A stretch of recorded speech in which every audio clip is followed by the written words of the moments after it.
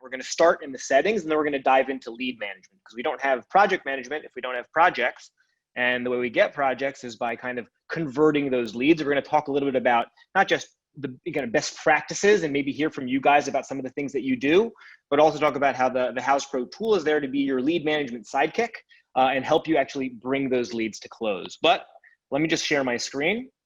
And we're actually going to dive right into the product. And so we're going to be jumping around things that are live that all of you have on your account, and talking a little bit about kind of flow, but then also the tools we have, the bells and whistles that we have here in Houzz Pro.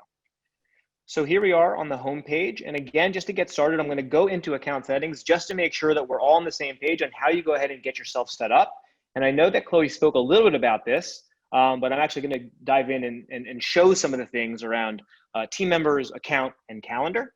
Okay, so here, just to jump in, here are the different account settings. I know we already saw this, but instead of jumping into profile and subscriptions, we're going to jump into account just to show a little bit about what you can do here. And the only thing I'm really going to talk about here is, yes, you can set up, how you get paid and all of the details, and there's plenty of articles about how exactly to do that.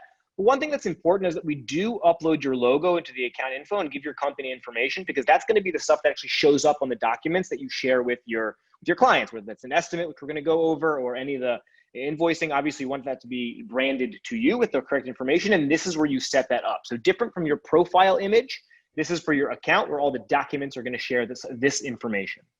Okay, so if we go back to the pro settings, now we're going to go ahead and look at team members. Team members is a relatively new feature, and there's a number of things that we can do, but we really encourage you guys to start inviting your team members on, because you'll be able to track exactly who's doing what, and it just, especially in lead management, and we're going to talk about this, one of the most important things is that we always get back to our potential clients as soon as possible. Lead management, more so than it is about our skill in construction or in design, it's our professionalism. And so much of what we try to kind of put an emphasis on in the CRM portion of Houzz Pro is how do we maintain that professionalism throughout the experience with our potential clients, and having your team members there and having multiple people looking and interacting with these leads, if that's how your business is set up, can be really powerful. So here, it's really simple. You can see I've got a couple team members here already, and you can go ahead and add a team member simply by clicking. And you'll see that there's a number of roles and permissions that we already have in the system that allow kind of you to segment exactly who in your team should have access to what. Pretty basic. You put the first name, last name, and their email, which we need in order to actually invite them. You decide who they are. You can go ahead and create a new role. Right now, we just have a default one called team member, but if you have an admin person, you can go ahead and add admin if you wanted, and then you go ahead and say exactly what they have access to leads, project management, and the visual tools. And again, today in this session, I'm going to be focusing on leads, and then we'll be doing project management a little bit after, I think the session after. So that's how you add a team member. They get an invite. Once they accept it, they have access to areas of your Houzz Pro account, but not everything. And again, you can segment exactly what they can and cannot see.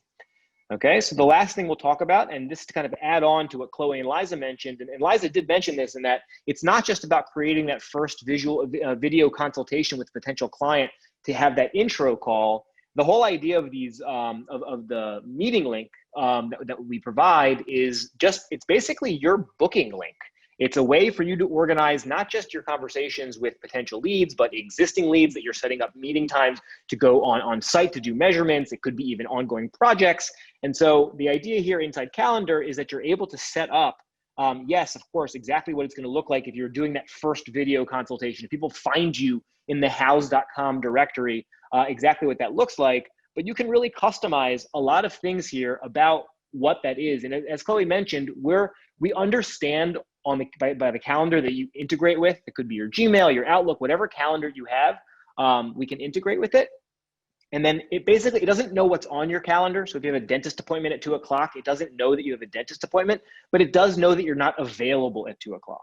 And so you can go ahead and establish exactly what time you want to start your availability, what time you want to end your availability, how long that meeting should be, right? It's the default we have is 30 minutes, but you can go ahead and say, no, I do 60-minute calls for my consultation. I do 90 minutes. If I'm using this for my in-person meetings or even longer if you're doing like measurements. And so you're able to establish how long that meeting is going to be. And we'll see how this actually works in a few minutes when we dive into the CRM.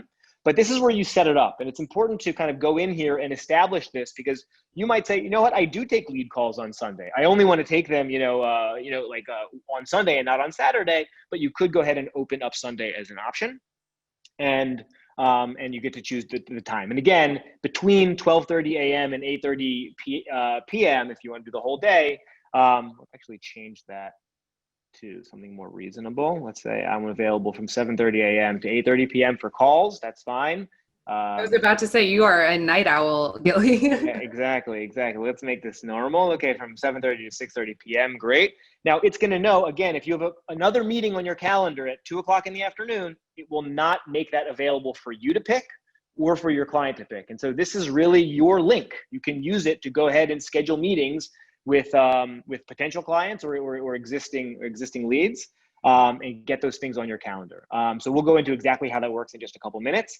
And that's kind of what I wanted to go over when it comes to the Houzz Pro settings. It's important that we all go in and kind of organize that stuff, so those tools are just ready to go, right? The estimate and how it's branded, it's ready to go. Our calendar link is ready to go. And of course, setting up your bankings to make sure that when you set up your online banking, you're able to, you can charge for things online and get that money directly to your bank account. And Gilly, one point of clarification here is that it's actually a recent update that we made on the account settings. For your business information, if you have any changes that you wish to make, we're actually automatically syncing that information from your Houzz profile. So if you go ahead and click on edit profile information to your right, you're going to see the company information on right down here, public business information. This is actually where all the information that syncs into your account settings is coming from right now. So your business info, your address, etc., that's all syncing into Houzz Pro. So just wanted to clarify. That's absolutely right. And so that information is going to be pre-populated. So let's just go make sure we go in and make sure it's accurate, because now it's going to show up on billing documents. Okay. So from the homepage, you can kind of see some of the most up-to-date things here in leads, but we're going to go ahead and dive into the manage section in the left-hand navigation bar. The first option here is leads.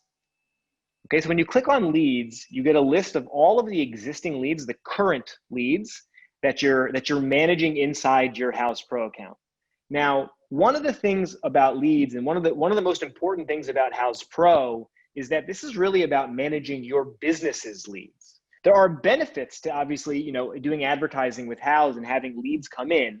And some of those benefits are actually pretty important. We saw visual project match, which actually really takes it to the next level. We have project match, which asks really detailed questions about every single type of, I think we have 700 or so different project types that we know how to ask specific questions for.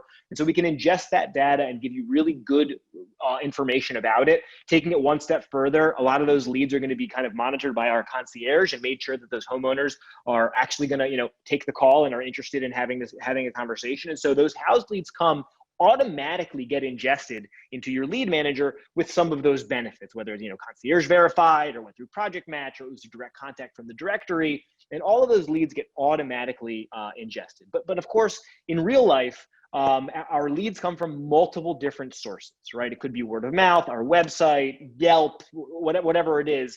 We could be kind of listing ourselves on the internet, or just kind of getting a lot of those word of mouth leads. And we want to bring all of those leads into your home, into Houzz Pro, which is going to be that core source of truth for your business. And so here we can see some of those, all the leads that I already have. And we're going to go through some of these columns and these phases. But first, let's actually talk about what it means to add a lead as we try to cast that wide net, right? We want to make sure that we bring in leads from every different source, bring them all here, and then manage them as a system, right? That's the whole idea here, especially with lead management. Going back to professionalism, it's all about creating that system with lead management.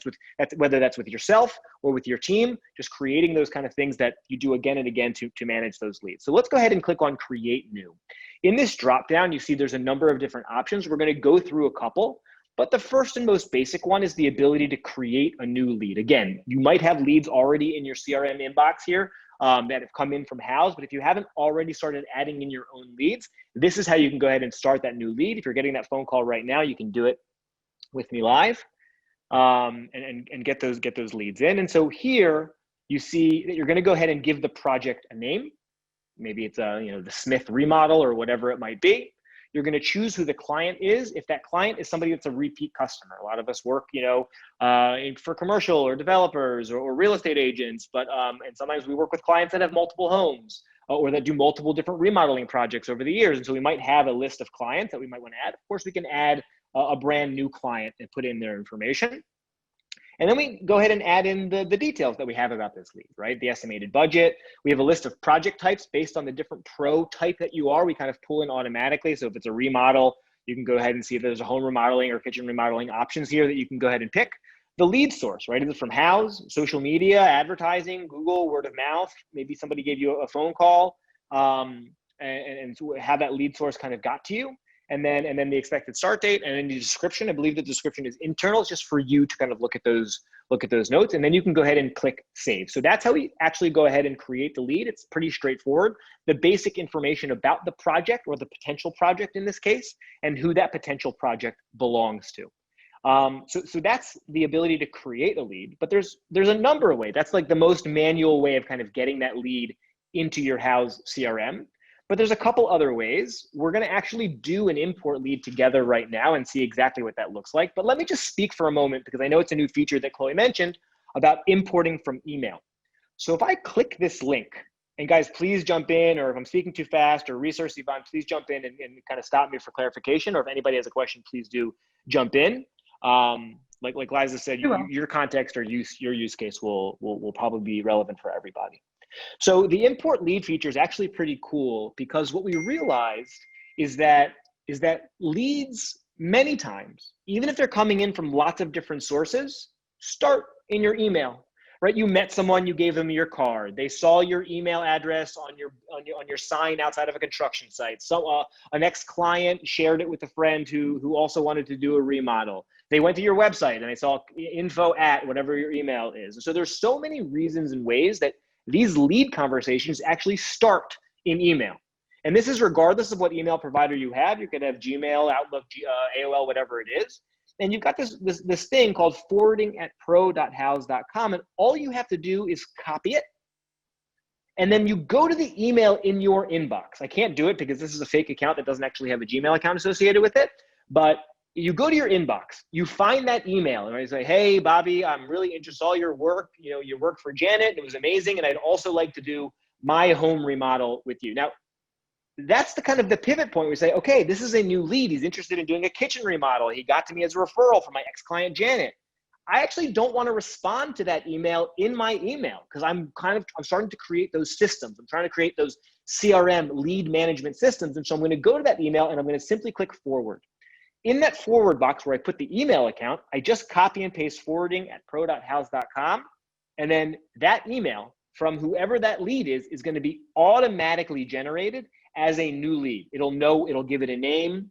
It'll know who the client is. It'll ingest that message into the lead, so you can actually see the correspondence, even if there was more than one. And so it'll pull in all of that information into your lead and automatically create that lead. So that's a nice way of saying, hey, you're always going to get leads to your email. What's the fastest way to get them from email to Houzz Pro CRM? It's to use that import from email, which is really just as basic as forward email to this forwarding email address, and it automatically gets ingested. But awesome, Gilly. Yes. Awesome. So we do have a question, if that's Great. okay, from Please. Nate. Nate is interested in knowing if there's a way for lead sources, if we can see how many leads have come in from different sources during a 12-month period. That's a really good question. And some of the reporting that we're working on is the ability to actually download all of these things. And so one of the things that we're doing, it has kind of two purposes for it. One is reporting and one is printing.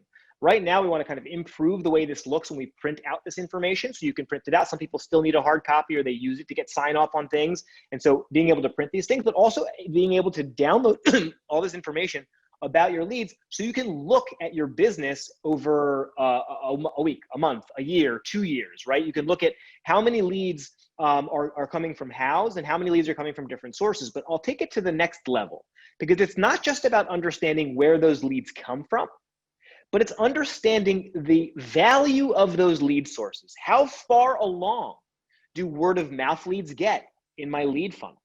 right? Versus my Houzz leads versus leads that were kind of concierge verified versus leads that come from, my website, right? So what is the efficacy of each one of those different source types? So we can start to understand spending our efforts, right?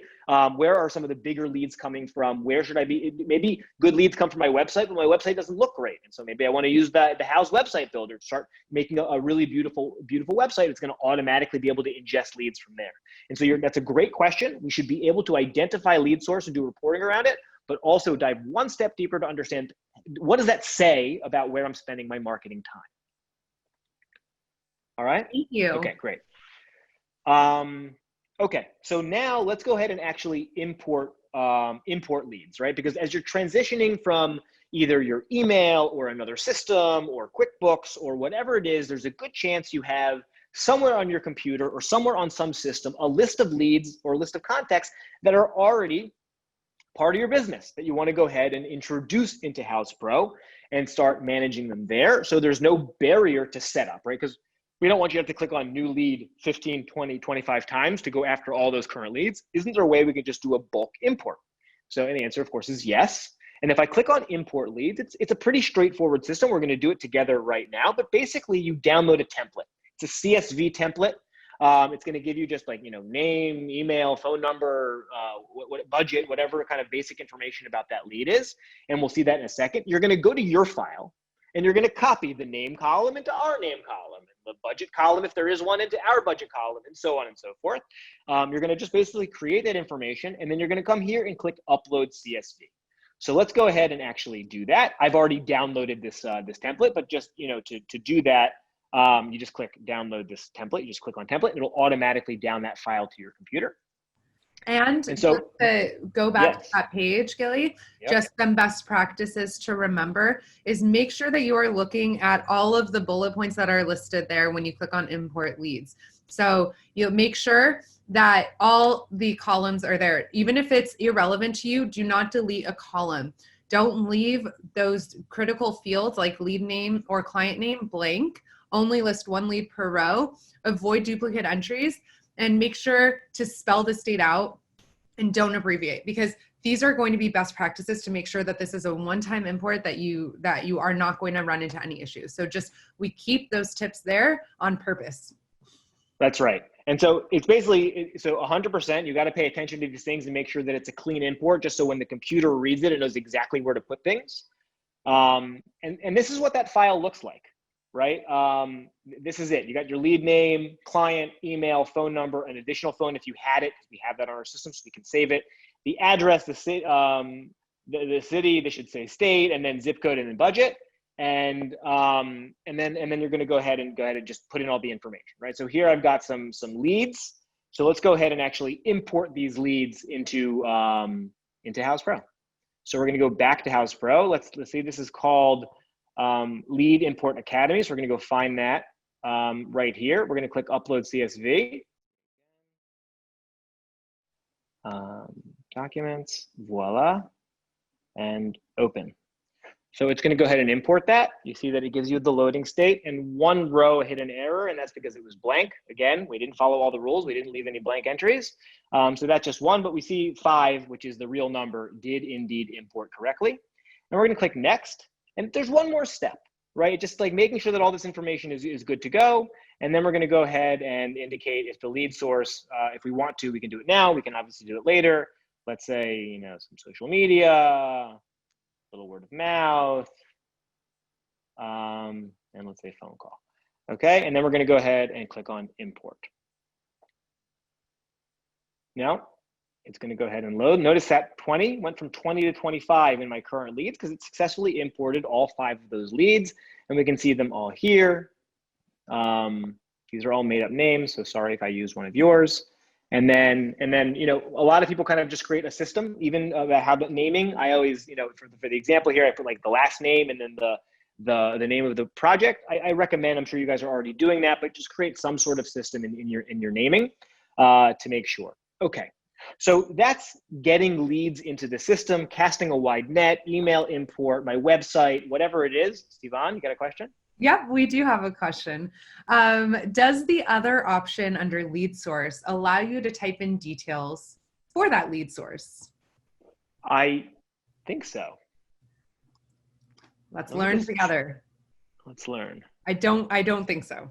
No, it doesn't. It doesn't. So that's one. So one of the things that we're working on is not actually allowing other per se. Other will just say other, but there will be an add new option here, and you'll be able to add your own lead sources. That's the same thing for project type. You'll be able to add in your own project type. So our prefab list here is static, and then we're going to go ahead and add the ability to kind of expand those lists, and then of course edit those lists later on as well.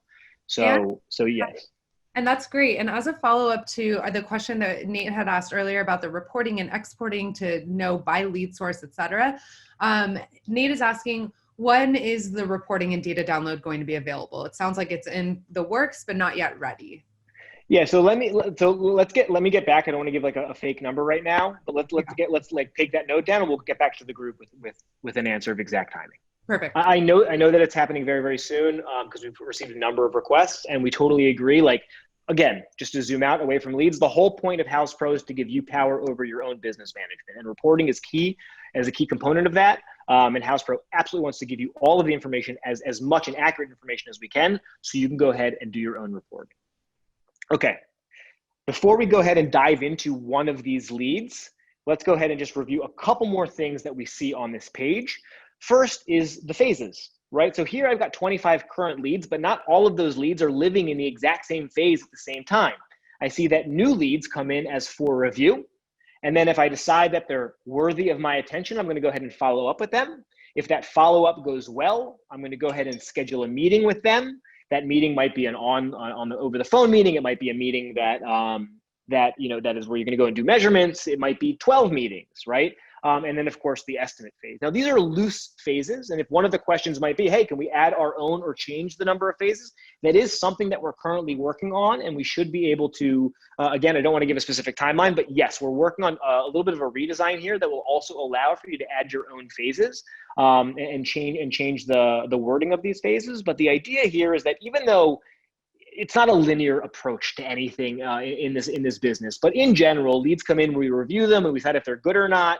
We follow up. That might be a follow-up, might be 2 or 3 or 5 phone calls, right? Meetings might be 2 or 3 meetings, and then we eventually get to the estimate stage. So this is just to give you a general understanding of where those leads are. So when I or my team come into Houzz Pro, I'm able to quickly jump to, okay, what do I need to do today? I can jump over to follow-up. Ooh, who's in estimate phase right now? I need to see exactly what's going on there, and make sure that I'm following up with everybody.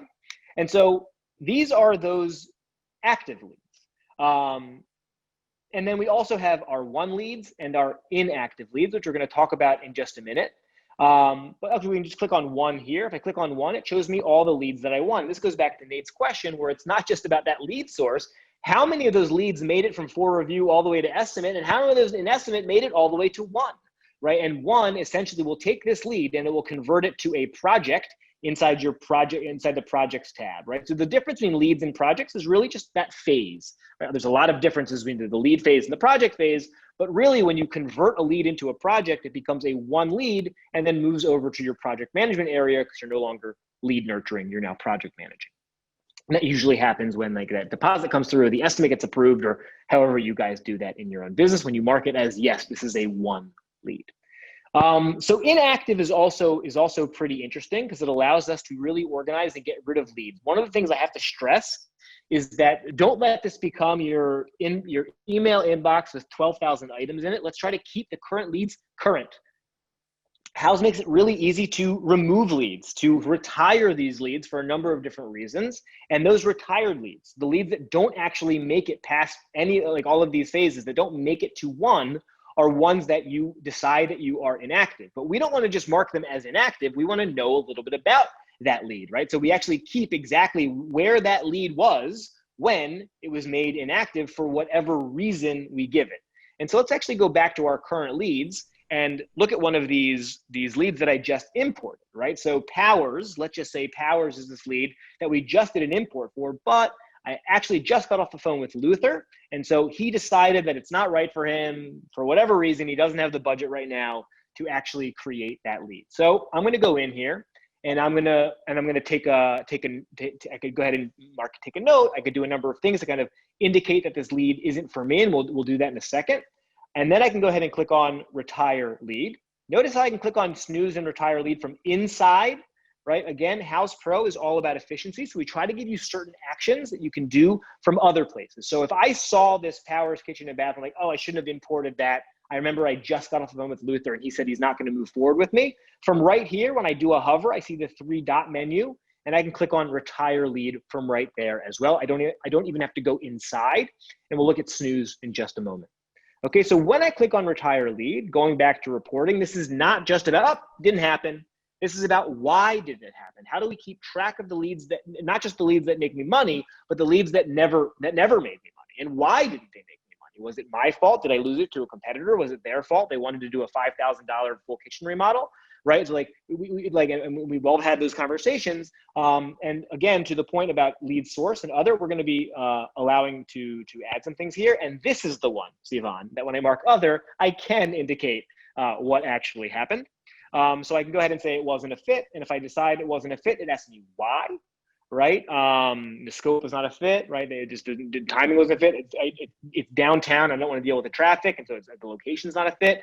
Everybody has their own reasons of why a lead might not work. But let's just go ahead and say scope is not a fit. And then let's just talk about one more thing when it comes to professionalism. Again, it's not just about doing the actions. It's about making sure that we look as professional as possible, even to the leads that we don't move forward with, because this is our brand. Your Houzz profile is a representation of your brand online. So is your website, but so is how you communicate with your leads. Even the leads that say, hey, I can't do this right now. But if you leave them with a good impression, then they're going to go ahead and come back to you. And so the faster we follow up, the more professional we follow up, we can go ahead and do it. So when you decide to retire a lead, it also gives you the opportunity on the fly to go ahead and write a quick message saying, hey, Luther, thanks for reaching out. Unfortunately, request is outside the scope of our services. Now, that's a nice thing, but of course, you can write whatever you want. And we're going to show a little bit later about how we can actually save some of our template emails so we can use the same kind of copy or the same text again and again as we do it. So I'm not actually going to send this message because it's a fake email address, but I could have sent it and it would go ahead and send the message. And also, let's just quickly notice inactive leads went up to 13 and current leads went to 24. Sivan. Yes, I was just going to say, breathe for a moment. We do have a couple of questions that are related to these topics. So first and foremost, Nate was asking if you could add a duplicate field for the reason it moved to inactive. For the time being, you can always select other and then write over there that it's a duplicate. But I see Gilly's taking note of that as well, that recommendation. Yeah. Great comment. Yep. Anna is also asking if you can mass retire leads from months ago. She just took over the company Houzz account and we have a lot of old leads. And on that note as well, I also wanted to ask about inactive leads. Since we did move the Houzz message inbox to the CRM, just for people who may be new to leads and may be alarmed by seeing maybe many inactive leads, just to give a little bit of context of where those inactive leads have come from. It's a great comment. So there's two questions there. One is can we go ahead and kind of, so your inactive leads doesn't become a forever long list. Is there any way that we can go ahead and look at the really old one and mask them? I took a note on that. That's a good question. There are plenty of ways that we could accomplish that. Let's get back on how we can go ahead and do that. But to Sivan's point about if you guys were already on Houzz before the introduction of Houzz Pro, you had your Houzz inbox, and in that inbox lived all of your leads that you've received from Houzz over the years. And so when we were kind of developing this CRM, we said, well, we can't just import every single lead into your current leads because 2 years ago leads are not current. So we made kind of an arbitrary decision, and it's arbitrary because it's really easy to change, to say I think anything older than 3 months, or I forget exactly what the cutoff date is, will automatically show here as inactive. And I think that it's out of date is the reason. I don't have an example of that here, but it's like it's an out of date reason. But let's say there is a lead from 3 or 4 months ago when you started on Houzz Pro and you see all these leads, and one of these leads really is a current lead. Or let's say Luther called me back having, remorse about not wanting to move forward. I can go ahead and say, no, I want to move that back to current lead. And so you have full control to move things. Again, this is about organizing your business, not making any sort of drastic calls about what you can and cannot do with your business. And so we can say, okay, Luther called me back. He actually does want to go ahead and move forward with the project, or he's still thinking about it. So I'm going to go ahead and move it back to current leads. When I do that, notice inactive went down to 12 and current leads went back to 25. If I click it, we expect Luther's name to now be there. There it is. And we move that lead back into our current leads, and we can go ahead and keep on nurturing that so Luther actually does his project with us. And is it okay if you also show how if you check off the leads and current leads, which is, I believe, what Anna was asking, how you can mass retire them? So all you would need to do, I heard mask. Yes. Oh, no, mass retire them. So all you would need to do here, Anna, is simply select the leads that are perhaps in your current leads view, select them with that checkbox, and you'll be able to see the option of retire appear in the top right corner, where you are able to move those leads at once instead of individually to a retired state. Right. So somebody just needs to know, when you check off one or many or all, the options in the upper right change to be applicable for a batch action. And that would be to retire, right? So I'm going to go ahead and click on retire, and then I can retire all of these leads, right? And that's a great way to again, keep your current leads accurate, because if this is going to be your business to CRM, that needs to be like real data, right? So you and your team come in and be really effective at spending time on your leads, right? We actually want to spend as little time on lead management as possible, right? We want to be closing these deals as fast as possible and having to negotiate these deals as little as possible so we can actually do what we want to be doing, which is, building beautiful homes. Okay, we're going to go ahead and do a quick, go ahead. And last one, I'm sorry. Last one before we move over, Ashton has a really good question about teams and roles and how that actually plays into the lead management. So Ashton says, I took over the website and I did create a team member in the settings for myself. And when a lead is ready for an estimate, I don't do the estimate, my boss does. Is there a way that I can assign that lead to him so that he gets a notification that a lead is ready for an estimate? Excellent. It's a great question. It's a great question. So the answers were almost there, right? In fact, the onset of team members was specifically for that use case. And one of the things that we want to, one of the things that Houzz Pro as a product really focuses on is not just tools, but process, right? We understand it's not just the ability to create an estimate, but it's the ability to create an estimate at the right time during the project, and only give that ability to the right person at the right time during the life cycle of that lead or of that project. And so it's an important question and really core to what Houzz Pro is trying to accomplish. And so the way that we think about that, and you remember we saw in the leads, I can decide whether this person can or cannot have access to leads. One of the things that you're going to be able to do is say, yes, this person can have access to leads, but I actually only want them to see leads that they've been invited to. And so this invitation piece is really the core of what we're going to be able to do when it comes across the board, segmenting lots of things, basically introducing the relevant people to the part of the process when it's relevant for them. And that's for two reasons. First and foremost, to avoid noise, right? The boss who's doing the estimating doesn't need to know about this lead when it's in full review or follow-up phases, because it's noisy for them, right? Like that's not the focus of their job. But once it moves to meeting and estimating, and we're doing measurements and takeoffs and estimating, once we're in that phase, then yes, it makes sense to say, okay, now I'm going to go ahead and bring my boss onto this project, or in this case, onto this lead to actually initiate the estimate. What's great about that is that when they come in and you say, hey, I'm bringing you into this project now, when they go in, they'll be able to not only say, okay, now I'm brought onto this lead to do the estimate, but they have the full context. Every note you took, every message you sent, every email you imported, all the descriptions you gave, they'll be able to see all of that context, and then just be better informed to create that estimate when they need to. Okay, so that's a great comment, and it's coming very soon. And in fact, team members being a new release is the prerequisite for exactly that. And I do have one more question for you, Gilly. I'm very, first of all, excited by the engagement of everybody here. Keep your questions coming. These are amazing. This is exactly the purpose of today's session, is asking the questions as they come up. And again, to remind you, if somebody has a question, ask it because your colleagues probably have that same question or can benefit from the answer. So Lee is asking what the recommended process of contact and follow-up with leads is through the platform. That's a really important question. We're going to get into that right now. I just want to cover one more thing, and then we're going to dive into a lead and talk specifically about communication, methods of communication, because I think the method of communication is also really important. Everybody has their own ways of kind of dealing with things, and so I can give my opinion a little bit about how I think how we see effective communication happening on the platform. But you guys are going to communicate with your leads as you see fit. But while Sivan was talking, Luther actually called me back and said he actually is still interested, but he wants to wait a couple months. Okay, and so as I showed you earlier, the other thing that we can do here other than retire is to snooze that lead. So if I click snooze, it gives me a few options, say 1 week, 1 month, or 3 months. Luther said, call me back in 3 months, and I'm going to go ahead and click on save.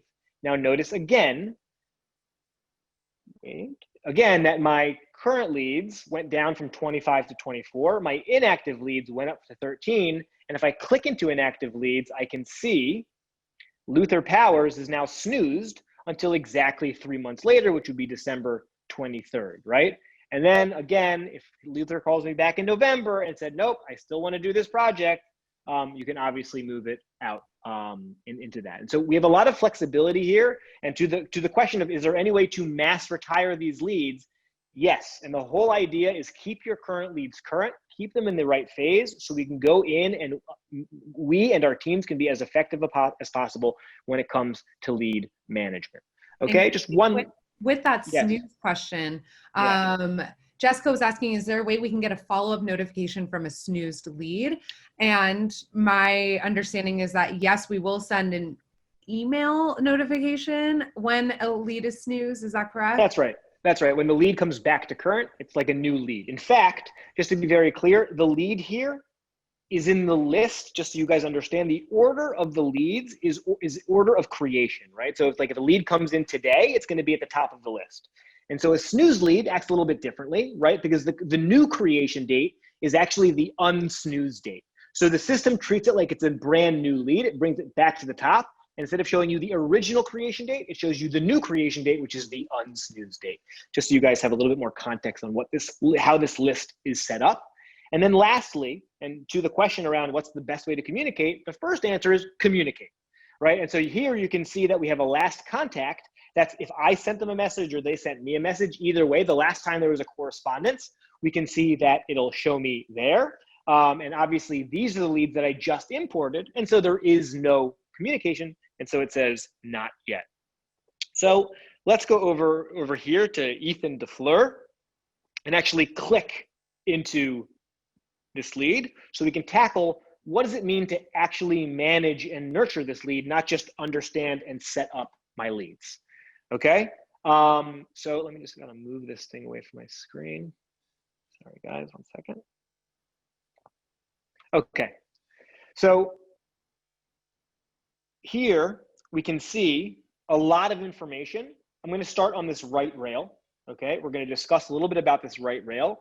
We're gonna, this is actually pretty cool. It's actually a brand new feature that just got released. And notice how this right rail, we call it a right rail, it's just like this information bar on the right-hand side. It actually lives with you as you jump through the different areas of your lead, right? Because you always want project context. You want project context when you're writing notes, when you're uploading files, when you're creating estimates, and of course, during the messaging. And so this right bar is kind of your core center for information. We're going to go through all the different sections here, and we can go ahead and close it or open it just to make sure that you guys can, it depends on the screen size you got and how much space you need or real estate you need on the screen. This really allows you to do that. So actually go through this right rail and look at the different things we offer you.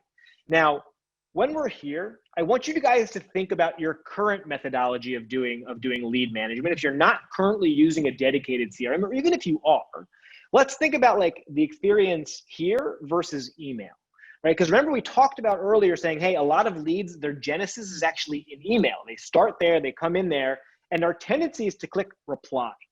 But is there any real value in not clicking reply in your email and actually managing your lead inside here? And this is all of those added benefits that just make your communication that much more professional.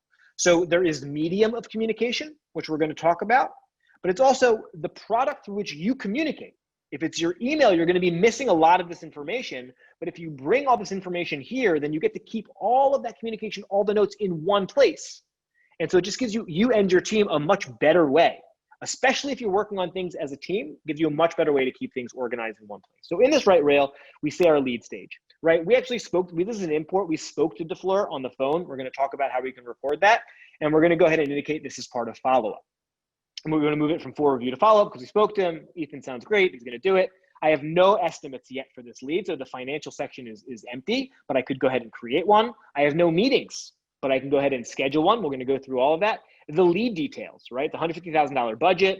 This is the address. And because this is a real address, the system is able to go ahead and actually give you the Zillow information, shows you exactly where this is in Oregon and all the information. Now, while you already know this information when you are actually doing the project, when a new lead comes in and it's in for review, having this information is actually pretty valuable, right? Because if this person said, lives in a $1.2 million house and their budget was $12, you might say, hey, there's room to negotiate here. I can probably get them up from that. Or however you guys think about what that property is, right? If they give you information, hey, I'm looking for, a really big deck on my backyard, maybe the lot size matters. About what you can and cannot do on that size. And so that's with our integration with Zillow and all of that information there. So that's that. You can go ahead and edit the details, schedule a meeting, or move things along. But as I mentioned, I actually just spoke with Ethan a couple days ago. I didn't add him to my CRM, but we just imported him, and I want to actually log what happened on that call. So you see that right next to the lead phone number, you have the ability to log a call. When you click it, it just shows what happened on the call. You can say it was a good discussion, and I can say Ethan is interested in building his dream house, right? Great. So I don't know if we can do that for $150,000, but whatever. Oops. Go up. There it is. And I'm going to click on add wishful entry. thinking here. What? Wishful thinking here. Yeah, exactly. We add a couple zeros and then okay, dream kitchen. Okay.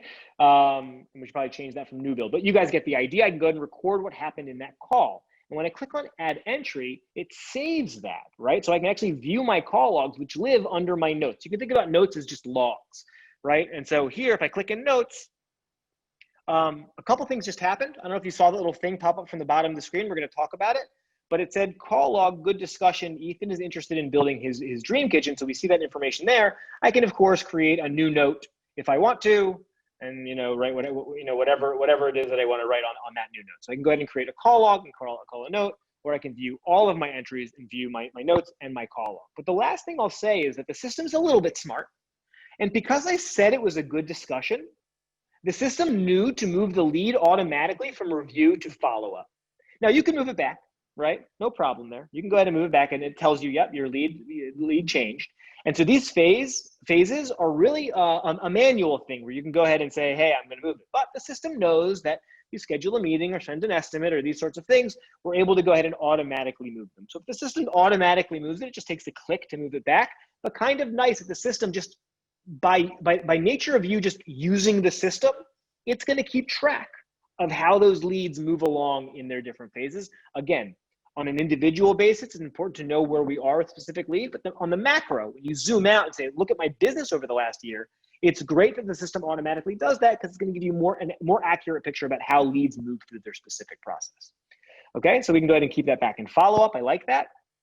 And let's go back into our messages section. Okay, before we dive into kind of messaging and meetings, is there any questions we have here? And then Sivan, just a quick time check. Am I done in 7 minutes? Hypothetically, but we are on a roll here.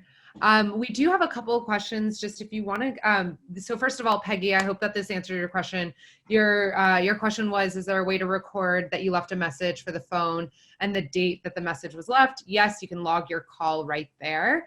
And then secondly, we do have 2 questions on the actual, if you want to go back to the lead list, the current leads, yep. 2 specific questions. First and foremost, about the last contact time. And Chloe, maybe this is also something you may know, but I believe that Kelly, or no, that wasn't Kelly. Nate, you have great questions today.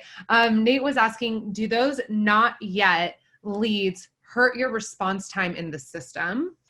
That's one question. And then the second question is about the actual categorization of the colors, how we display the colors of leads. Is that related to a specific lead source? Is that randomized? If you could just talk a little bit about that. So Chloe, first with not yet. Yeah. So okay. So let's just go ahead with the not yet comment. Notice. So the answer is theoretically yes, right? It would go ahead and indicate your lead response time. However, notice here on the DeFleur, on the Ethan DeFleur one, where I just recorded a good discussion, Houzz is very lenient about what a contact or communication is, because we want to make sure that we're capturing that. And we're going to talk about, when we talk about medium of communication, a phone call is also communication. And so we want to go ahead and record that. You see the last contact for Ethan DeFleur is right now, right on the East Coast. And so that was at 1:52. And so that's right now. And so that no longer does that. So if you do an import, it's a great question. If you do import leads, I recommend that you go in and take a note, right? Where is that lead at, right? Is it, and if it's not happening right now, you can go ahead and snooze it, however you want to think about it. But it's not a bad practice to go into your imported leads and create them. So just the last comment I'll make on that is that that's for importing your current leads, right? Leads that you're actively pursuing. We also have here on the left-hand side the ability to click on clients. When you click on clients, you actually have a similar capability. One sec. That you can import a client list, right? And you can go ahead and import that client list. And so you might say, hey, I've got 150 people in my client list, but those 150 are not current leads, but I still want to add them here because I'm going to do some email marketing, whatever it is, and I'm going to turn those clients into leads. And so it's not a bad idea. In fact, it's a good idea to have all of those clients right here inside your client list. And when you're ready to go ahead and create a lead, right? When you click on create new lead, that client will already be there, remember, in that client dropdown. So it's a good question because it also allows to illuminate a little bit about the Houzz Pro infrastructure when it comes to leads and projects, where the lead in the project is one entity and it belongs to a client. So if you just imported your clients, you'd see all of those clients there, even if these guys don't have an active lead right now. Okay, so that's the question around last contact and how we can go ahead and make sure we import things without it hurting our numbers. And then there was another question, Sivan, remind me. The question was about the colors associated. Oh yes, with it's random. It's not it's not associated. I think it's a nice idea. But right now it's just to keep things, differentiated, to easily find things, right? One of the things that we try to do is make things easy to find and discoverable on Houzz. One of the ideas, so I do have 2 more follow-up questions. So I know that you only have 5 more minutes. One of the ideas that was presented is associating colors with the lead source. Yes. So for example, all Houzz leads are coming in on one color, all Google leads coming in on another color, et cetera, to be able to identify at a glance. The second thing that Nancy was asking is, why do sometimes we not receive the address in the lead details? And what I explained in the chat is that the address is only populated when a lead comes in if it is a project match lead. That's where we're collecting as much information as possible from the lead. If a homeowner is reaching out to you directly and doesn't include their address, then that is their prerogative to not include it. But Gilly, I don't know if there's anything else you want to add to the address collection. No, so homeowners can be, you guys know this better than us, but homeowners don't really understand this process. They don't understand the value of knowing where the address is, how it changes your ability to even assess their project, right? How far away is it from your house? And so homeowners can be a little bit skittish when they offer up information. And part of what Houzz, like Chloe mentioned, a big part of what Houzz does, being also a homeowner-facing brand, is educate, right? Because the true goal of Houzz Pro is to to empower our pros to run their businesses better. And if part of that is educating homeowners, then we take that responsibility very seriously, and we put a lot of effort into educating homeowners. And so hopefully we'll see more and more addresses given, faster. But absolutely, if they don't give it, they don't give it, and it won't show up. But of course, you can fill it in, and if you fill in an accurate address, that Zillow stuff will automatically show up. Awesome. Okay. Thank you. Yep, that is super helpful. I think we're caught up on questions. So now by all Right. means. I'm gonna run as fast as I can. We have to talk Okay. about estimates in 1 second. And because it is Gilly, important. take your time. Estimates are important, and you need to take your Great. time here. Yeah. Yes. And Helena, if I miss something, just pick it Yeah, up. she'll We're cover about it. to hand it over. Don't Right. worry, don't worry. Yeah. Okay. So messaging, right? One of the reasons that on face value, what you see here in your lead manager is this messaging area is because it's the most important thing you can do during lead nurturing, right? More so than taking notes and creating estimates and whatever, it's being professional. One story that I think that will resonate with you guys, and since Helena told me that I have a little bit more time, I'm going to tell a story.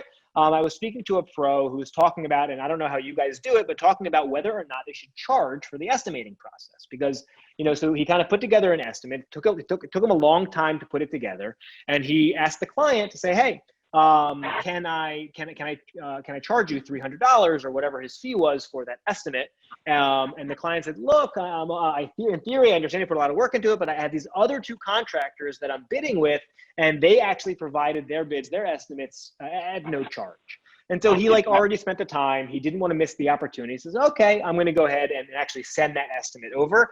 Whether or not that was a good thing to do, that's up for you guys to decide. But he sent that estimate over, and they got back to them. So after like a week later, the homeowner got back to them and said, I shared all 3 estimates with my dad.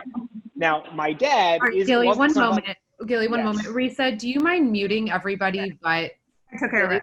yeah, there's background sound. Thank you. Am I audible again? Yes. Okay. Yes. So he sent over his bid. The homeowner got back to him in the week later and said, I sent your bid plus the other 2 bids that I got to my dad. Now, my dad is just the proverbial dad. He wasn't a contractor, wasn't some sort of expert. Maybe he did a home remodel at some point, but in their family, that was the level of expertise, someone who once did a remodel. And the dad said, this one looks the best, right? And again, it just emphasizes that, and you guys know this better than me, obviously, that the reason that a homeowner is going to go with you is because they trust you. And they're going to spend a lot of their money with you. And so how you present yourself during this lead nurturing phase will play the biggest role, more than price, on whether, obviously, they're going to pick a contractor. They're going to pick a contractor that fits their budget and has done style and things that they like. But they're going to pick a few contractors that look good. And the reason they're going to pick you over someone else is because they trust you. And so how you communicate is the best way to express that professionalism. And Houzz tries to make that relatively easy. So here you can go ahead and write a message. You can write whatever you want to. Hi, Ethan. It was great catching up. Blah blah blah.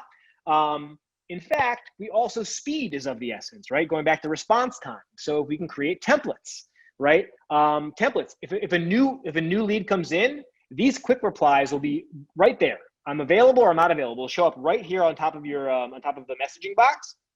You can just tap it. I don't know if you guys use Gmail. It's one of the newer features they have. You can just tap the quick reply and send it along. Or you can write your own templates. There's a good chance you already have your own templates. Instead of writing that same email over and over again, just save it and say, hey, interested, select. And then I'd like to talk, what time is a good time to call you? And if you want to add some color to it, whatever, it was so nice to see your dog on Zoom or whatever that conversation was you had with Ethan, you can go ahead and add that there now. Of course, we have all the standard formatting things, bullet points, attachments, hyperlinks, all that formatting to make sure that, again, you're looking good. So we can go ahead and click on send. And so then Ethan is going to get an email. He's going to get an email. He's going to be able to read that email, and he's going to be able to either go to Houzz and reply to you on Houzz, or he's going to click reply in his email. And when he clicks reply in his email, his response will show up right here. Although if you have team members, it'll indicate which team member wrote which message. So when you come in, the boss comes in to look at the history to say, okay, now I'm going to come in and actually create the estimate.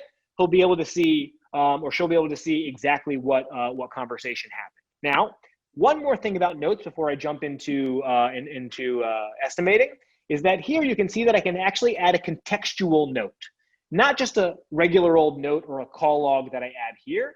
I can go ahead and add an internal note.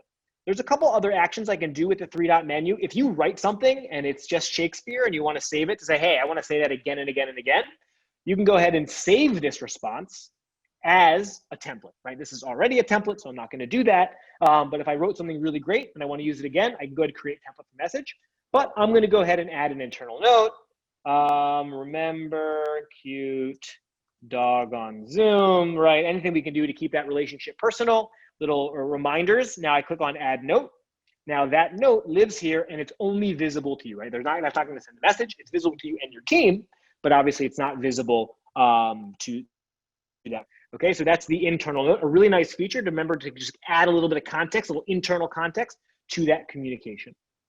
Okay, great. I think that's it. The last thing I'll say is that any file that you upload here or that they upload, right? If you write, hey, can you send me that mood board that your interior designer sent you, whatever, and they attach it, you can that's going to automatically show up in your files. Again, any file you send them, any file they send you, and of course, any file that you upload will live right here in your file. It could be the contract, it could be architectural plans, it could be mood boards or inspiration photos, what before and after photos, pictures that you took during measurements, and anything that you want to go ahead and add into that file. Now, again, for review, follow-up, we didn't talk about meetings. I'm just going to go ahead and show really quickly because I know we're getting over time. If I want to share my calendar and let them use my booking link like we talked about earlier, the same thing as the video consultation. I know we already covered this, so I won't spend too much time. But just to show what that interface actually looks like, both to you and to your clients, it looks like this, right? And so you can go ahead and notice how it knows that it's 45 minutes. It knows that I'm available until 7:30 or whatever it is. So if I go here, I don't know why it still says 12:30, but I think that's just a time zone issue. But I can go ahead and click on 3:30 and click on send invite, and it'll go ahead and send that 45-minute invite to that client, and it'll actually create the invite in their calendar and in yours. And so it'll create an invite in your calendar, create an invite in their calendar, and it'll remind you, right? If your calendar has automatic reminders, but also I think that we remind also about those meetings. And so we just have a much higher chance of that lead actually coming to the meeting. But again, this is your meeting link. You can just send it. You can go ahead and say, share my calendar. I'm going to copy it. And if they send it to this lead, when the lead opens it, it'll open that interface. They pick the time, and then you get the invite onto your calendar, and they get it into their calendar as well. So it works both ways. You can be on the phone with them and say, how does Tuesday at 3 o'clock work? Or you can just be like, here's a link, pick a time that works for you. And you know that all the times that they can pick from are times that are available because they're between the hours that you chose, the days that you want, and not overlapping with anything existing on your calendar. Okay, that's schedule meeting, and I'm going to jump into estimates. Sivan. No, so before you jump into estimates, we have some really great questions here that relate to a couple of the things. So, but when you were on the messages, you were showing how the team member name was displaying according to the person who sent the message. Brandon actually has a question Ben has a question about when a team member creates a project, and Helena, this may be a question that is also delegated to you. When a team member creates a project, their name shows up on the final estimate where the company name is supposed to show. He said, I fixed this by recreating the project myself, and then the estimator took it from there. So wanted to know about what the expectation there is the team member name supposed to display? Is it supposed to be the company name? So it's supposed to be the company name. As soon as I saw that, I screenshotted that specific question and I sent it to our developers. So hopefully it'll be fixed in the coming days. It should definitely be the company name and not your team member's name for sure. Awesome. That's right. And just one comment on that, it does emphasize something on our infrastructure that is a good thing, right? That all of these different things on our system, whether it's an estimate or an invoice or whatever it is, they have an owner, right? And the owner is usually defaulted to who created it. And so that's why that happened. But having that ability to have an owner on each one of these different things will eventually allow us to go ahead and say, I'm going to assign this to my boss now. And then it would theoretically be his name, but the name shouldn't show up. It should be company name on the estimate. Nate, just to highlight again, if you have the chat window open, some great questions are coming in and being answered via chat. But just once again, to reiterate there, Nate asked, do messages through Houzz Pro go to the client from our email address, or is it from an @houzz.com email? I responded there, it comes from an @houzz.com email. However, it does come from your company name. Additionally, we had another question from oh my gosh, somebody asked a question about encouraging spam Okay, somebody had asked a question. I don't know where it is right now. Oh, Brian had asked a question. Is there some way that Houzz can encourage homeowners to use their main email address rather than their spam email? I noticed that some people don't get the Houzz email because they use their spam email.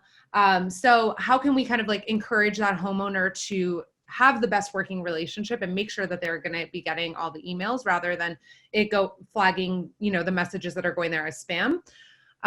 That's one question that I thought was worth, addressing. Yeah. So, I mean, absolutely. We want them to be using their main email because they don't check their spam email every day, their e-commerce email, whatever it is. And a lot of people have a tendency when they go through an online experience, whether that's Houzz or elsewhere, to sometimes use those other emails. And again, it's the job of Houzz to do good homeowner education about the value that we're going to be connecting you with real pros that run real businesses and that, and spend a lot of time on building their profiles. And so we're going to go ahead and connect you with you guys, with pros that are out there really running real businesses. And we want to keep that relationship as professional as possible on both sides. And so I think it's a good comment. And we should be doing, I think we already are, but we should be doing more about we're not going to be spamming you with a bunch of information. We're going to be connecting you with real people that have a lot of really great services to offer. So come to the table with your real email and with real budgets and all of that. Cool. And then Peggy asked, can you correct the email if you find out that it's the incorrect email? I said, yes, you could just click edit client info right there and update the email address. Secondly, Reza is asking about the space for uploading files and the file size limit. She was saying that architectural drawings can be 300 to 400 megabytes capacity. That's really big. I do believe we have is it 20 megabyte limit or a 10 megabyte limit on the file size? I believe it's 10 for the upload or 25. Either one. I have to check and get back to you. Yeah, that's what I thought. But we don't have a limit for how much you could store. So if you upload, I don't know, 150, 25 meg files, that's fine with us. We don't have a limitation on that. It's just a limitation of what you can upload. I will say that we are planning on integrating with things like Google Docs in the future. So you will be able to upload things there. They do allow larger uploads and then actually share that link through Houzz Pro. But again, that's a future feature. Exactly. Awesome. And then the last question, I guess, that K&B Remodelings and Sons is asking, what do you guys do with leads that don't work, customer who don't answer? I think that's more so a question for the groups. If anyone wants to chat and kind of share their experiences, but in product, what you can do is simply retire the lead, as Gilly is showing right here, with additional information. And that lead is not gone per se, it's just out of view. It moves to your retired section, inactive section. So you can always, try to circle back on it, follow up if they do ever reach out, you can move it back to your active leads. But from the product, that's what you could do. Maybe other pros have a different tips on what they do. Yeah. So like you do have to go in and retire that lead. You can't get in touch with them. You can't get in touch with them, and that's fine. And you'll go ahead and retire it. And then there's all sorts of mechanisms that we can talk about in another session about how we go ahead and continue to nurture those leads that never went anywhere, either sending them, photos of projects you did in their neighborhood, or sending them, email marketing or holiday cards or whatever it is, just to keep that relationship as warm as possible. But in product, to keep your actual business clean and moving forward, you want to go ahead and retire that lead, or at least snooze them when you want to maybe try again in a couple months. Okay, I'm going to go through estimates relatively quickly. There's a lot of documentation that we have on all the different nuance here. But of course, if we get to the estimate phase, we're in a pretty good place. We've had a serious conversation. We're willing to spend the time. It's possible that we took a design retainer for the project. It's possible, like the example of the story I gave, that we're just creating an estimate. And so we can do this in a number of ways. We can either go ahead and create our own templates, or use some of the templates that Houzz already has. You can go ahead and choose from a list of different projects that we have. Of course, you can go ahead and upload one from scratch. And if you, upload one from your computer, if you already have an estimate or you're using Excel or whatever it is, and you don't want to use Houzz's Estimate Builder, we'll talk about the benefits of Houzz's Estimate Builder, but if you already have an estimate that you just want to get out there, you're also able to upload that into the Houzz system and then send it for approval and signature through Houzz. So you get that online signature functionality, even though you didn't actually create the estimate within Houzz. You can go ahead and upload it, or you can go ahead and create one from scratch. So when you click on from scratch or from template, it's going to just basically show you this new estimate interface. It's gonna have that name already there, and we can go ahead and give it a due date if we want to give it a due date. And then we can go ahead and start adding items. We can add items in a couple different ways. I'll just show on this side, we can either create a new item, right? If Houzz does not give you the item in their existing parts list, this is the Houzz parts list. So if I'm looking for, I guess demolition of exteriors, I can go ahead and see demolish doors, and I can go ahead and pick the item. I'm going to demolish a sliding door, and it's gonna cost me $83 per piece of labor. So every sliding door costs me $83. Now, where did that $83 come from? Houzz has a running list of products, both materials and labor costs that are by metro, so by zip code. So by the zip code of this specific project, we'll be showing you prices based on that zip code. I encourage you to try it out and see that those prices probably match real life prices, but this is just a fast way to go ahead and create estimates with a preset list of parts. Of course, if you have your own parts, you can use them. But this is a great way to to organize that. And so that's one way of adding items. Again, you can create your own, or you can look through our existing list of items and add them there. The other way to add an item is to just type it in, and it'll find you all the different joist items we have. And if you wanted to, you could create a new item called joist if you didn't find the one you wanted. So let's go ahead and say, in framing, ceiling joists, whatever. And so you'll notice that the estimate will automatically give it the category and then the item inside. And we should go ahead and add a few more items just so we can take a look more realistically. Excuse any repetitiveness here. I'm just trying to create a couple examples here. And Gilly, did you go through creating your own custom item? No, let's do it now. And okay, I found an item that I wouldn't want. This one item is going to be called Helena's. And we're going to give it a category for planning, and we're going to say it's $100, and the unit type is going to be square feet. The material cost is going to be $10 per square feet, and the labor cost is going to be $2.50 per square foot. And we're going to go ahead and create, I'll give it category, some planning, and I'm going to go ahead and click on create. And so now that item, Helena, gets created in here, and it's under my plans and permits. Of course, you're going to create real items. And then editing. We didn't talk about editing on the estimate. It's really straightforward. You literally just hover your mouse over the part that you want to edit.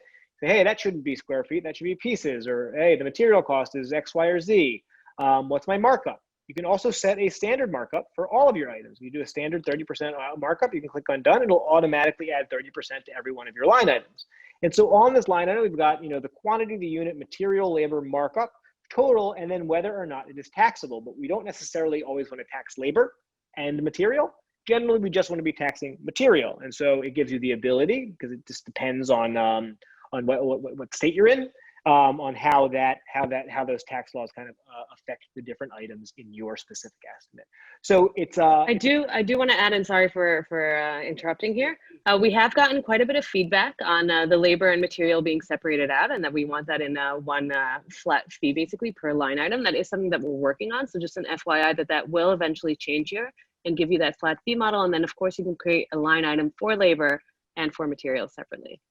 That's right. And so it's a good comment, right? There's something really elegant about having labor and markup all based on the unit and the quantity. I think that's a really nice way, an elegant way of presenting information. However, it's not always how the real world works. And sometimes we know our material costs, we know our labor costs, and our labor cost is a day rate, not a per material or per square foot rate.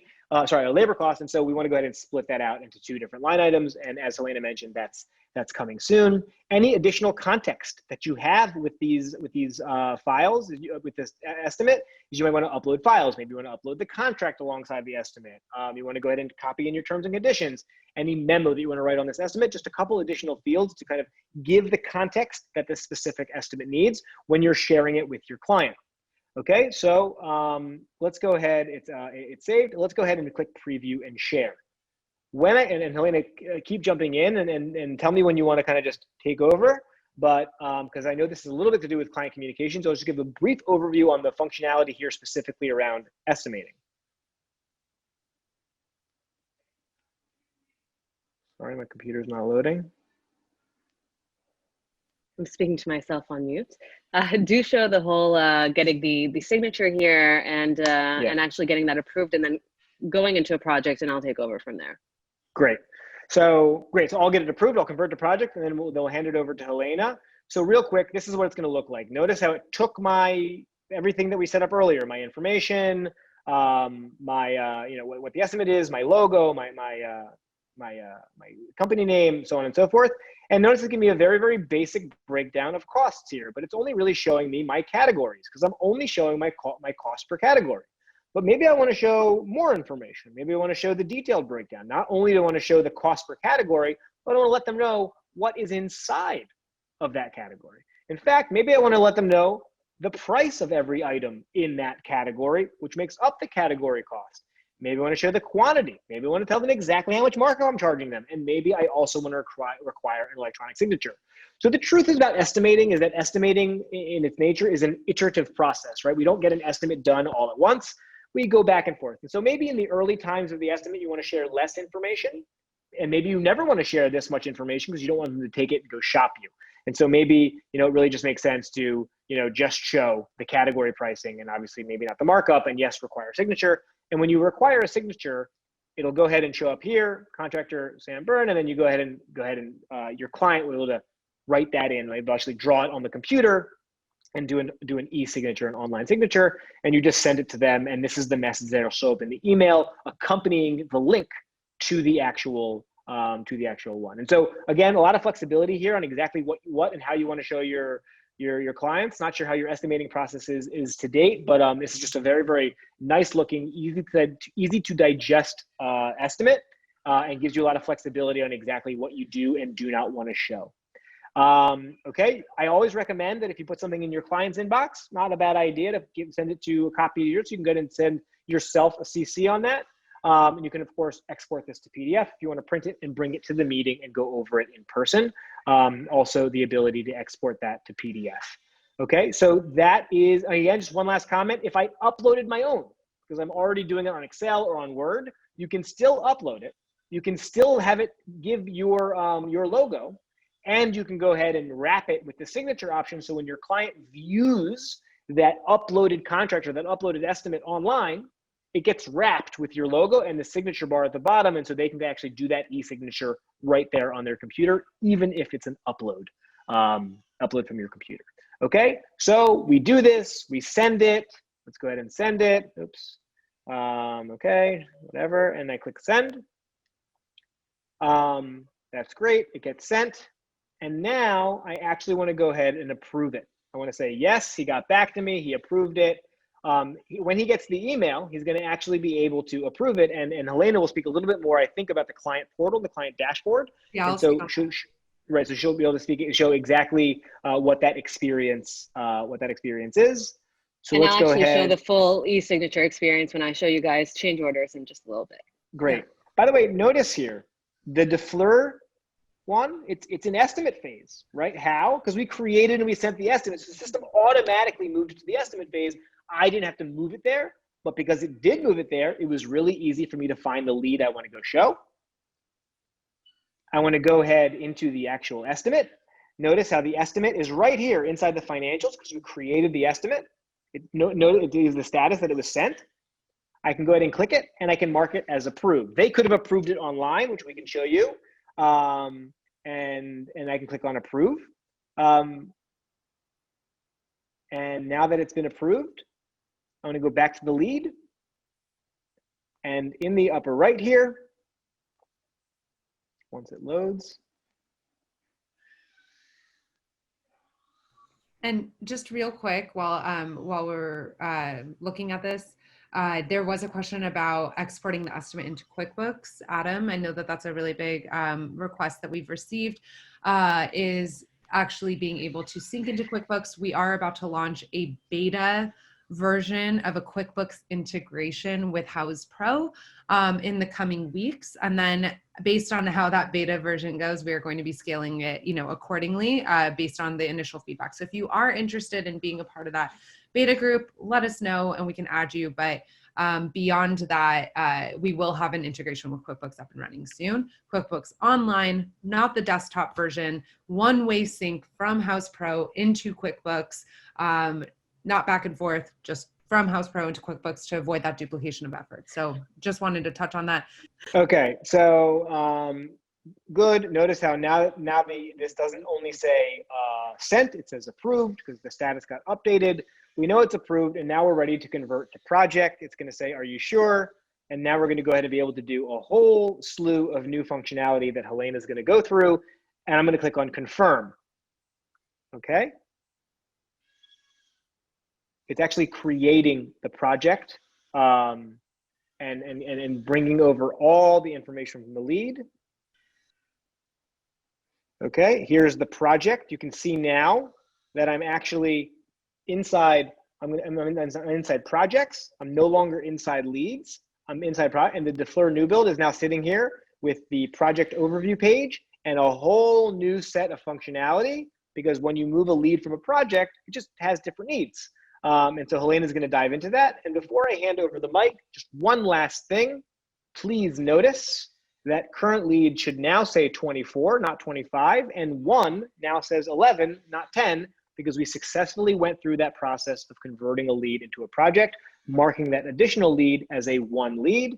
And now we can go ahead and visualize that lead as a project because we converted it right there. And I think I clicked it twice. That's why there's a duplicate, but that's all from me.